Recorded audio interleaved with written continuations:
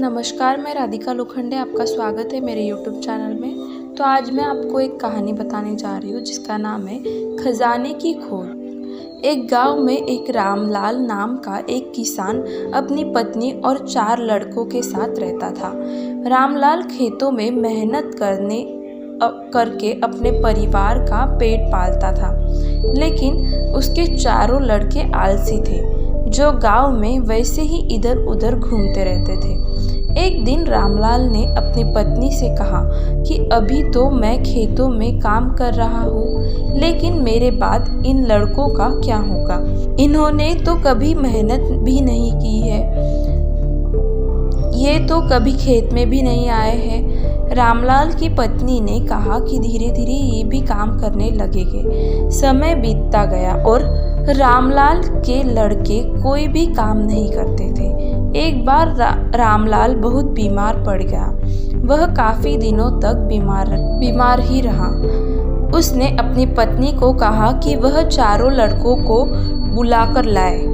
उसके पत्नी चारों लड़कों को बुलाकर लाई। रामलाल ने कहा, लगता है कि अब मैं ज़्यादा दिनों तक जिंदा नहीं रहूँगा।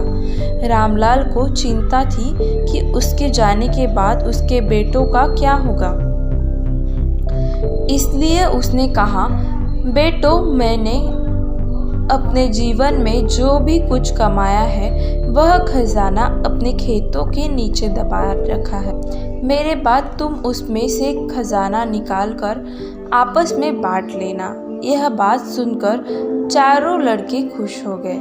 कुछ समय बाद रामलाल की मृत्यु हो गई। रामलाल की मृत्यु के कुछ दिनों बाद उसके लड़के खेत में दबा खजाना निकालने गए। उन्होंने सुबह से लेकर शाम तक सारा खेत खोद दिया, लेकिन उनको कोई खजाना नहीं मिला। लड़के घर आकर अपनी माँ से बोले, माँ, पिताजी ने तो हमसे झूठ बोला था, उस खेत में हमें कोई खजाना नहीं मिला। उसकी माँ ने बताया कि तुम्हारे पिताजी ने पूरे जीवन में यही घर और एक खेत कमाया है, लेकिन अब तुमने खेत खोद ही दिया है तो उसमें बीज भी बो दो। इसके बाद लड़कों ने बीज बोए और माँ के कहने अनुसार उसमें पानी देते गए। कुछ समय बाद फसल पककर तैयार हो गई, जिसको बेचकर लड़कों को अच्छा मुनाफा हुआ, जिसे लेकर वह अपनी माँ के पास पहुँचे। माँ ने कहा कि तुम्हारी मेहनत ही असली खजाना है, यही तुम्हारे पिताजी तुमको सिखाना चाहते थे। इस कहानी से हमें ये सीख मिलती है कि हमें आलस को त्याग कर मेहनत करनी चाहिए।